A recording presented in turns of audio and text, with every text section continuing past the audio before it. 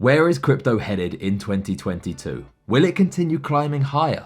Or will tax-related selling lead to a 2022 bear market? In this video, we're going to hear from Raoul, one of the most respected names in all of crypto. He shares what he is investing into right now, why he thinks the next bear market will be different from the others, and so much more. Hi and welcome back. My name is Tom Heavey. I hope you're doing well. Let's get straight into our first clip. And aside from like kind of looking at these protocols and kind of a long-term thesis perspective, when we're just talking about capital rotation or capital flows in a bull market, can you kind of talk us through what your current positioning is? Maybe not necessarily specific tokens or positions that you hold, but just in general, how you kind of think through that process of, the risk curve, etc. Yeah. So the easiest way to describe it in traditional terms is when you are in a credit bull market, i.e. the business cycle is expanding, everything's okay. You own as little US treasuries as possible, and you own as much junk bonds and all the stuff that gives you high yields and goes up in price. As the cycle ends, you tend to go back towards the asset that is less volatile, which will be US treasuries. So where are we now? We're in the absolute guts of the bull market, as you keep pointing out, Will, right? So you can basically own anything, literally anything, Shiba, anything, and make money. Which one of these really have network effects? Which ones really have value?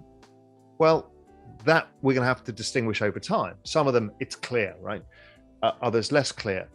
So at this point, I'm at maximum risk taking. Now, I don't know enough to really want to go down the kind of really speculative end of the token market, because I just don't know enough about it. So I'm just picking blindly. So what I did is I took a basket of stuff to say, right, that whole bulk of alts is going to do well. Now, what's happened is it started with DeFi, then it's moved to these layer twos. And layer twos, do you mean like scaling, interoperability? Layer ones, and then the layer twos haven't done as well, I don't think. Might be from smaller ones, but I'm talking the kind of larger mid-cap stuff. The layer one Solana and stuff like that did astonishingly well, and I think the Binance chain was the one that started that whole thing off, and everybody started realizing it was going to move. And then I've got kind of macro strategic bets because I think social tokens and the metaverse. So I'd been in those bets all year, and suddenly the metaverse bet pays off suddenly. But it's a random game to try and chase, what's going to be the next coin that goes up. So I'm not trying to play that game. I just knew that the whole space was going to go up. I wanted broad exposure, and I had a couple of macro bets. And then I had the Ethereum and Bitcoin bet. And at this point in the cycle, if you're an investor and not approaching it from the philosophical point of view of Bitcoin, but from an investment point of view, you want to own less Bitcoin at this point in the cycle. It's always worked to own less Bitcoin, and that's fine. People seem to take that as like some huge judgment against Bitcoin, or no, I'm trying to make money. Simple as that. Sure. Exactly. Like I saw a video that was circulating yesterday, and someone was basically bashing you for saying what you just said. And I think what people are missing is not that you're fundamentally saying that whatever X protocol is a better protocol than Bitcoin per se, but it's kind of in, like you described it with the bond market. But if you're bullish on the S&P, you're not going to hold the S&P, right? If you think you're in like the secular stock market, bull market, then you're not gonna hold the S&P 500. And so like when you're just because you want to buy at that point, you want to buy the riskier things because they're going to go up 500% as opposed to the S&P, which will go up 20%. Yeah, it's exactly that. And as well, like, you're just speaking from being purely a capital allocator, right? And I don't think as well you're necessarily like advocating everybody to do these things. I think we can agree that, for the average person, right? For like the average person just passively putting your income into this, you should probably just put it into Bitcoin and just buy and hold it. But, for people that are looking to, maximize the returns and they understand the opportunity cost, the massive opportunity cost that there can be in this ecosystem, then I think what you're saying makes sense. But I think people are missing that in the sense that you're not saying that Bitcoin isn't going to be at a higher price than where it is now in the next 3 to 6 months. But you're just speaking from, a perspective of being a capital allocator and understanding that there's opportunity cost, especially when you're in the stage of the bull market that I think we can both agree upon. Yes, that's right, and and that has proven out. I mean, and it's normal. That's exactly how humans almost always allocate capital. It's the same with time. All of the things we allocate according to how comfortable we are taking the risk. And so it's really straightforward, and it's not any other statement about Bitcoin or anything else. It's just purely about, okay, what am I trying to do? I'm a crypto maximalist. I think this thing is going to consume everything. And I don't really care how it gets there, because my job is not to stay in one community and say, I'm fighting to the death. It's like, no, I want this whole thing to succeed because it's incredibly democratizing. It's incredibly powerful for the world. And there's different opportunities for different people in it. And that's fine.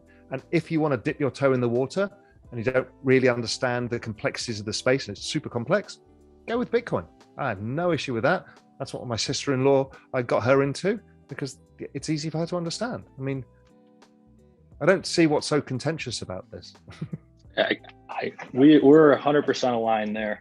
I mean, on a technical analysis perspective, you just got to, I mean, at least the methodology we take is you compare everything to across Bitcoin, right? If you're considering holding an alt, it better be outperforming Bitcoin, because even if it's going in USD up in USD terms and it's Bitcoin's outperforming it, you're losing money. That's to Will's point, the S&P 500. That's the safe index bet. Set it and forget it. 10 years from now, it's going to be orders of magnitude higher, I think, if all of our theses are correct. But yeah, and I must admit, I think the most important chart in the world right now is that ETH Bitcoin cross rate. Is that chart absolutely is a hell of a wedge pattern, and I would give that an 80% probability of breaking higher. Now, does that mean anything bad about Bitcoin? No, just means that ETH is probably going to have a larger bull run upcoming. This means ETH's going to go up faster, a little faster. They're both going to go up. One's going to go up a little faster. That's right. So now, and maybe you don't want to take that risk, and that's fine too. I'm not saying you should. You can just stay in Bitcoin. That's okay too. You still make money. So we're talking about like the latter half of the bull market. How do you think about allocating capital heading into the bear market? I'm thinking a lot about this. I'm actually setting up a crypto fund of hedge funds that actually do this. I'm not sure with 2 data points that we know how this one's going to play out. What's interesting is this bull market's playing out identically, as I keep pointing out on Twitter, to past ones. I'm not sure the bear market will work the same way. I'm just not sure because of the arrival of institutions and what's happening and the adoption phase that we're in. I kind of have a feeling it might feel more like this year felt, which is a series of accelerated rallies, a sell-off or sideways consolidation that goes on for a longer period, then another rally. And I think the whole space, and I have no real idea, but I'm just thinking it through, is I just think that everybody expects there to be crypto winter. And when everybody expects something, it's not going to happen. It's different when everybody expects there to be a bull market because everyone allocates capital and it makes it reality. Self-fulfilling. But I think because of the different players involved here, I'm not sure that you can afford to take everything off the table and wait and see what happens. So it's going to be a bit more complicated, I think, than we all think.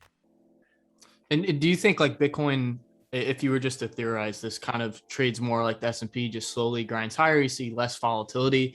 I mean, when I'm looking at like the on-chain supply dynamics, it resembles kind of behavior or a lot of these like reaccumulation trends, et cetera, that we usually see in a bear market all happened over the summer. And so it's almost like you had this mini bear phase paired with, we had this rounded top and a very rounded bottom. It almost seems like the way the asset class is trading is a bit more institutionalized. You're seeing less parabolic moves up, this recent all-time high breakout. Everyone's expecting, okay, we're going to shoot up 25% as soon as we broke all-time highs.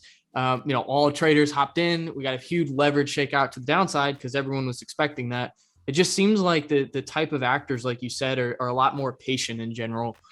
Yeah, I kind of think that. And then I put the chart of Bitcoin 2013 against Bitcoin now, and they're exactly the same pattern. So I'm like, it's a nice narrative, but it seems to be following the same kind of price action. Let's see how it finishes the year. We've all got big expectations, and we're either going to end up with egg on our faces and it's a slow grind higher, and we're all going to be sitting there thinking, okay, well, what change? And your thesis will be right. Or it just melts up and we're like, okay, it seemed to have worked again. I don't know. It's getting much harder. This end of year is probably the easiest phase we've got. And then after that, it's like the fog comes over because I can't get a clear probability. The most probable outcome is I think that we have a bit of tax-related selling into year end. We have a bunch of people who say the cycle's over because everyone expects December to be the end of the cycle. And then all the institutions come in January because they've just been given new P&Ls and balance sheets, the hedge funds, everybody else, and re-add risk. Okay, so there are some really interesting points in these clips. To start with, Raoul does not hold much Bitcoin. In fact, in other interviews, he discussed that his portfolio today is just 5% Bitcoin. Ethereum, on the other hand, is around 75%, and the remaining 20% is taken up by altcoins. But the reason is not because he doesn't believe in Bitcoin. It comes down to where we are in the cycle today. At this point in the market cycle, virtually everything moves together. And at the moment, the trend is upwards. Therefore, why hold a lot of Bitcoin, which may rise, say, 20%, when other altcoins could double or even treble? It's a valid question, and clearly, Raoul believes today there is more profit to be made in other projects than Bitcoin. But it's important to make a clear point here.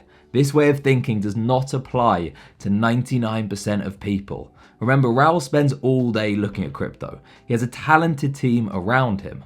For the average person who's just putting aside a portion of their paycheck each month and looking for a passive investment, Bitcoin is still the most reliable option. As they say, Bitcoin is like the S&P 500.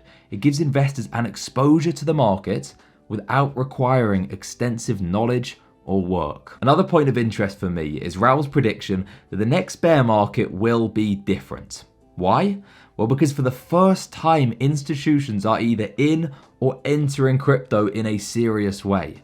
And institutions, they've done their homework. They've looked at crypto's previous cycles. They know we tend to have these crazy bull runs followed by a sharp crash and then a slow build up to the next bull run again. Now, if you know this to be true, when the price drops below a certain amount, you might start allocating some money towards crypto. As a result, there is a certain degree of buying support, and this is why the price might drop, but it may not fall as far as it has done in previous cycles. This time around, savvy investors may see the crash as an opportunity, especially the institutions who are looking for their first entry price.